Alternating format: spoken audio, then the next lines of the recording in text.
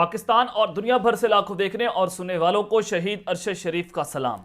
नादरकाम, आज का दिन पाकिस्तान की सियासत में बड़ा इंपॉर्टेंट है। अहम फैसले होने जा रहे हैं पाकिस्तान के मुस्तकबिल को लेकर और पिछले 48 घंटों से शहर इक़्तिदार में इंतहाई गैर मामूली मुलाकातें होती रहीं। वज़ीर-ए-आज़म ऑफिस में ताकतवरों की आनियां जानियां भी आपने देखी होंगी और सुप्रीम कोर्ट के फैसले के हवाले से जो इस मामला है वो बड़ा गंभीर होता चला जा रहा है कि हुकूमत और इस्टेब्लिशमेंट ने सुप्रीम कोर्ट के इस फैसले को तस्लीम करने से इनकार कर दिया है। अगर ये सब कुछ होता है तो इन सब के ऊपर आर्टिकल 6 भी लगेगा, तौहीन अदालत की कार्रवाई भी होगी।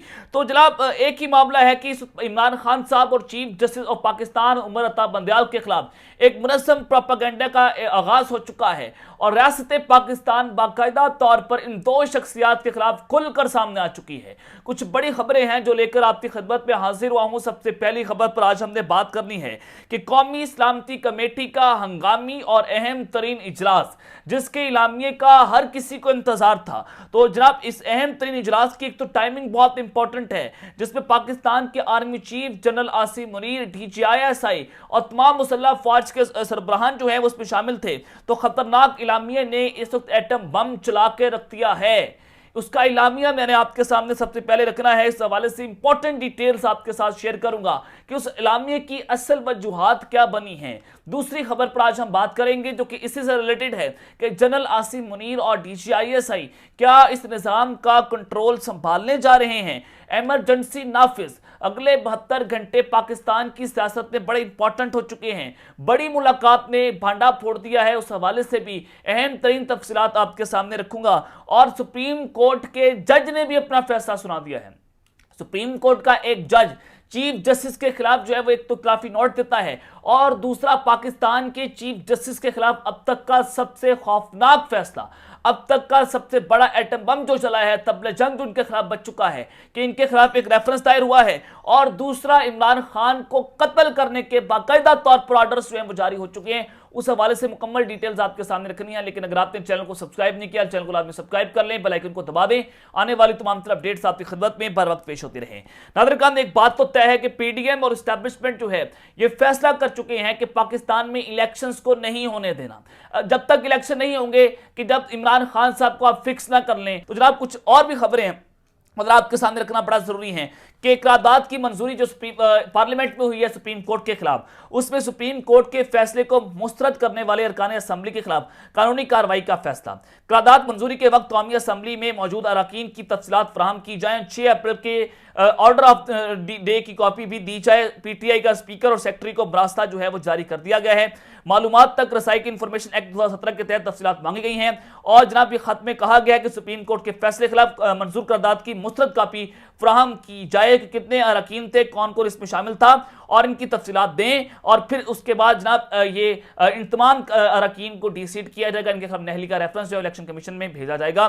तो ये एक बड़ा इंपॉर्टेंट हो चुका है। दूसरा, जनाब, लीगी सेनेटर हैं मुसद्दिक मलिक साहब, मुशाहिद जो हैं वो मुशाहिद हुसैन साहब, उन्होंने जब हुकूमत को PTI से मुज़ाकरात और आइन के मुताबिक इलेक्शन करवाने का मशवरा दे दिया है। अपनी पार्टी के लोग मशवरा दे रहे हैं, इदारों से लड़ाई तो जीती नहीं जा सकती। जब मोदी को मुज़ाकरात की पेशकश कर सकते हैं तो आपस में बात क्यों नहीं कर सकते। PTI से आइन और शेड्यूल के मुताबिक इलेक्शन के रूल ऑफ गेम तय करें। हुकूमत और PTI गैर जरूरी लड़ाई से गुरेज करे। इंतखाबात के लिए आइन पर अमल तो करना होगा, यही हल है। जनाब, अपनी पार्टी का शख्स जो है वो बात कर रहे हैं नून लीग को कि आपको अमल करना होगा, आप पीछे नहीं हट सकते। नदीम अफजल चंद साहब जो है वो बातें कर रहे हैं, वो निजी महफिलों में ऑफ द रिकॉर्ड ये बात कर रहे हैं कि हम पाकिस्तान मुस्लिम नवाज के लोगों को ये समझा रहे हैं कि आप इलेक्शन से पीछे नहीं हट सकते, इलेक्शन में जाएं और आपको इमरान खान साहब ने फंसा लिया है, तो लिहाजा अगर आप गैर आईनी काम करते तो आपका हम साथ नहीं देंगे। जराये के मुताबिक नदीम अफजल चंद ये जनाब निजी महफिलों के अंदर बातें कर रहे हैं। तो इससे 2 से 3 चीजें जो हैं बड़ी वाज़ेह हो रही हैं कि अंदर खाते जो चीजें हो रही हैं वो कुछ और हैं, लेकिन जो लीडरशिप है, चाहे वो मिलिट्री लीडरशिप हो चाहे वो सिविल लीडरशिप हो, वो जनाब अपनी अना और जिद के ऊपर कायम दायम है। मरियम नवाज जो है उसने नाम लेकर चीफ जस्टिस के खिलाफ एक हमला किया है। एक जानिब आपने देखा कि कौमी सलामती कमेटी का इजलास जैसे ही खत्म होता है उसके फौरी तौर पर मरियम नवाज जो है वो चीफ जस्टिस का नाम लेकर उन पर हमला करती है कि उमर अता बंदयाल साहब PTI के जज हैं और साथ ही उन्होंने उमर अताब बंदयाल साहब के इस्तीफे का मुतालबा किया और पूरी पीएमएलएन जो है उसके बाद एक पूरा नैरेटिव बनाना शुरू कर देती है कौमी सलामती कमेटी के इजलास के फौरी बाद। नंबर 1, इसकी टाइमिंग बहुत अहम है, आपने इसको मैच करना है। जैसे जनाब ये मामला जो है वो खत्म होता है, कौमी सलामती कमेटी का इजलास एक जानिब तो जा रहा होता है, तो दूसरी जानिब आपके समझना बड़ा जरूरी है कि चीफ जस्टिस के खिलाफ एक तबले जंग बच चुका है, एक बहुत बड़ा रेफरेंस दायर हुआ है। दूसरा, सुप्रीम कोर्ट के जज ने भी chief justice of Pakistan Umar Ata Bandial के खिलाफ ऐलान जंग किया है, वो भी बड़ा इंपॉर्टेंट है। सबसे पहले मैं जस्टिस अतर मिनल्ला का तफसीली नोट आपके सामने रखना चाहता हूं, जो कि इंतहाई अहमियत इख्तियार कर चुका है। उसकी टाइमिंग अहम है कि वो किन के हाथों खेल रहे हैं। उमर अताब बंदयाल साहब के हवाले से जो जस्टिस अतर मिनल्ला हैं, ये जनाब जज कम लग रहे हैं, मुझे पॉलिटिकल साइंटिस्ट ज्यादा लग रहे हैं। जो इनका इख्तिलाफी नोट आया है, इन्होंने कहा कि पीटीआई के असेंबली के इस्तीफों की वजह से सियासी बुरान में इजाफा हुआ। अदालत को सियासी तनाज़ात से बचने के लिए अपने नोट में फुल कोर्ट की तश्कील की तजवीज़ दी थी और उन्होंने कहा है कि तफसीली नोट जो 25 सफ़हात पर शामिल है उसमें उन्होंने कहा कासिम सूरी की रूलिंग का हवाला दिया और उन्होंने कहा कि सुप्रीम कोर्ट ऑफ पाकिस्तान ने उस वक्त भी इमरान खान के खिलाफ सो मोटो नोटिस लेकर गलत किया था और आज जो है वो भी गलत किया है। इमरान खान ने अदम एतमाद के अपोजिशन में जाने की बजाय इस्तीफे दिए और पीटीआई के असेंबली के इस्तीफों की वजह से सियासी बुरान में इजाफा हुआ। और आप कौन होते हैं? आपका काम है कि आप न्यायिक कानून के मुताबिक फैसले करने हैं। एक जज का काम नहीं है कि वो सियासत में जाए, उसमें इंटरवीन करे और पॉलिटिकल पार्टी को बताए कि आपने ये करना है, आपने वो करना है और आपने फलां करना है। इसमें गलत है और ये कहते हैं कि इमरान खान ने असेंबलियां तोड़कर इंतहाई गलत किया। आप जज हैं, आपने फैसला करना है। आइन बताता है जब असेंबलियां तोड़ी जाए, आइन और कानून के मुताबिक असेंबलियां तोड़ी गई तो भाई आपने आइन चेंज कर ले। अगर आपको इतनी तकलीफ हो रही है इमरान खान साहब से, इस कदर तकलीफ है, इस कदर बुक्स है, ये सारे के सारे आपको पता है कि कहां पर चल रहे हैं, किसके कहने के ऊपर सारी बातें जो वो हो रही हैं। और इन्होंने कहा कि इसी वजह से सियासी बुरान में जो है वो इजाफा हुआ है और पीटीआई ने पंजाब और केपी के असेंबलियां तहलील करने का फैसला किया। दोनों सूबे में इंतखाबात न करवाने पर मुतलका हाईकोर्ट से रुजू किया गया। हाईकोर्ट में केस थे मगर इसके बावजूद आज खुद नोटिस लिया गया। सुप्रीम कोर्ट पर हमला हुआ है। हाईकोर्ट की सलाहियत पर शक करने की कोई वजह नहीं बनती है। अब जनाब उन्होंने वही जो है वो बात की कि 4-3 से फैसला जो है वो मुस्तरद हुआ है। जो 4-3 और 3-2 की बातें हो रही थी वही बात जो है उमर अतर मिनल्ला कर रहे हैं कि 4-3 से फैसला जो है उसको बेसिकली मुस्तरद किया गया है। और ये आपके सामने मैं आपको वादे कर दूं कि जो 6 रुकनी बेंच का बैठा था और 6 रुकनी बेंच ने चीफ जस्टिस पर इत्मीनाद का इजहार किया था, अब उसके मुकाबले में 7 रुकनी बेंच को जो है वो उसको तैयार किया जा रहा है। उसके पीछे भी बड़ी वजूहात हैं। तो जनाब इससे आपको क्या वादे हो रहा है? और वो अतर मिनल्ला मजीद कहते हैं कि दरख्वास्त पर जिस तरह कार्रवाई शुरू की गई इससे अदालत तनाज़ुआत का शिकार हुई है। सुप्रीम कोर्ट समेत तमाम इदारों को अना की एक तरफ रखकर अपनी आईनी जिम्मेदारियां जो हैं वो पूरी करनी चाहिए। ये जनाब अतर मिनल्ला साहब बात कर रहे हैं। इसकी टाइमिंग आपने मैच करनी है कि एक जानिब तो पाकिस्तान में इंतखाबात की बात हो रही थी, कौमी सलामती कमेटी का इजलास हुआ, फौरी तौर पर जो है वो चीफ जस्टिस पर हमला होता है एक जज की तरफ से। दूसरा, मैं आपको ये बता दूं कि इमरान खान के खिलाफ बगावत का मुकदमा जो है वो भी दर्ज हो चुका है। अब आपने बगावत के मुकदमे को इसी नहीं लेना, उस पर इमरान खान के बाकायदा तौर पर कत्ल के ऑर्डर्स जो हैं वो जनाब जारी हुए हैं और उसमें हवाला दिया गया है कि इमरान खान साहब पर एक बोल्ड टीवी ने एक तकरीर नशर की जिसमें इमरान खान ने जमान पार्क में तकरीर करते हुए ये कहा कि मुझे हिरासा और जान से मारने की हर मुमकिन कोशिश हो रही है। ISI के जनरल फैसल नसीर मुझे रास्ते से हटाना चाहते हैं। इस तरह अपनी खिताब में उन्होंने एक हिस्से में कहा ये डर्टी हैरी है जो कि मैं कहता हूं ये अपने इदारे को बदनाम कर रहा है। एक ऐसा आदमी है कि जो साइकोपैथ है, ये नॉर्मल आदमी नहीं है, ये हैवान है। इससे कबल 4 नवंबर 2022 को इमरान खान ने अपनी तकरीर में पाक फौज के मज़कूरा अफसर के खिलाफ इस्तिआरे का इस्तेमाल करते हुए मेजर फैसल नसीर, क्यों मेजर फैसल नसीर मिल गया?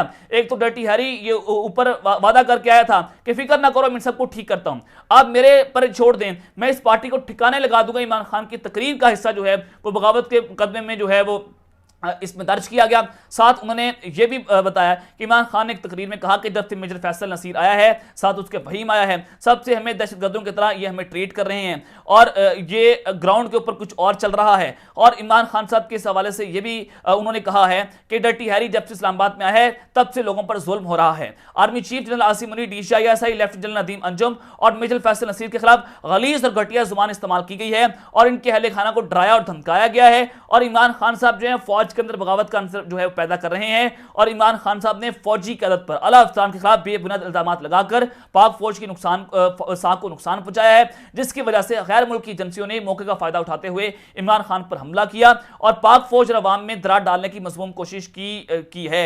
तो ये आपको सामने है कि जो गैर मुल्की एजेंसी है उन्होंने इमरान खान पर हमला किया इस सारे मामले का फायदा उठाकर, और इमरान खान जो है वो जनरल आसिम मुनीर के खिलाफ है, DGIS के खिलाफ है और मेजर फैसल के खिलाफ बातें करके पाक फौज में जो है बगावत पैदा कर रहे हैं। तो इमरान खान पर यह बगावत का मुकदमा किसी नामालूम शख्स ने जमा करवाया है और ये G11-4 के अंदर इस्लामाबाद में जनाब ये थाना है, वहाँ पर ये जनाब मुकदमा दर्ज हुआ है। इसकी टाइमिंग बड़ी इंपॉर्टेंट है कि जैसे ही जनाब कौमी सलामती कमेटी का इजलास खत्म होता है, फिर आपको सामने एक और डेवलपमेंट रखता हूँ कि जैसे ही इजलास खत्म हुआ, एक नामालूम शहरी हैं राजा सिफ्तैन खान, उन्होंने जनाब चीफ जस्टिस पाकिस्तान उमर ता बंदयाल साहब के खिलाफ जुडिशल काउंसिल में, सुप्रीम जुडिशल काउंसिल में रेफरेंस दायर कर दिया है कि इनको ओहदे से फौरी तौर पर हटाया जाए। अब वो कौन है जो ये सब कुछ कर रहा है, यानी कि कौमी सलामती कमेटी में कितने फैसले हुए हैं, आपने डॉट से डॉट कनेक्ट करने हैं कि उसकी फौरी बाद ये डेवलपमेंट हुई है, यानी कि कुछ भी तब्दील नहीं हुआ है। जो ये चल रहा था कि हवाओं का रुख तब्दील हो गया है, तो मामला ऐसा नहीं है। कौमी सलामती कमेटी का इजलास हुआ, उस तरफ बढ़ जाते हैं।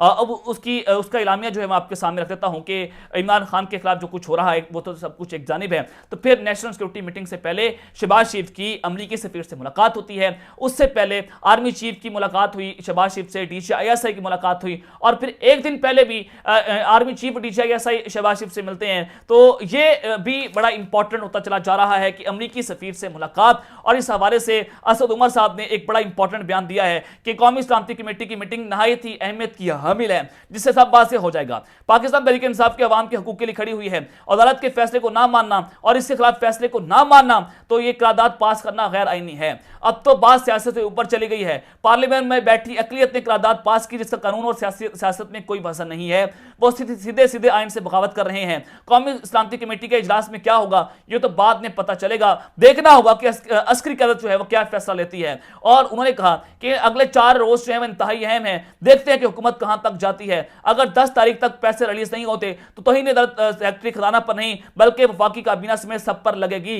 अब ये इशारा किस जानिब है कि सब पर लगेगी, उन पर लगेगी जो कौमी सलामती कमेटी के अंदर बैठा हुआ और उन्होंने दस्तखत करेंगे कि जनाब ये फैसला हुआ है।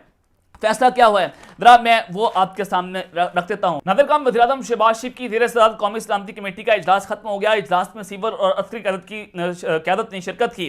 कौमी सलामती कमेटी के इजलास में आर्मी चीफ समेत सब अस्करी क़यादत जो है वो उसमें शरीक थी। इजलास में वफाकी वज़रा भी शरीक थे और कौमी सलामती कमेटी का इजलास 2 घंटे तक जारी रहा, जिसमें हिसास इदारों के सरबराहान ने इजलास को कौमी सलामती पर ब्रीफिंग दी।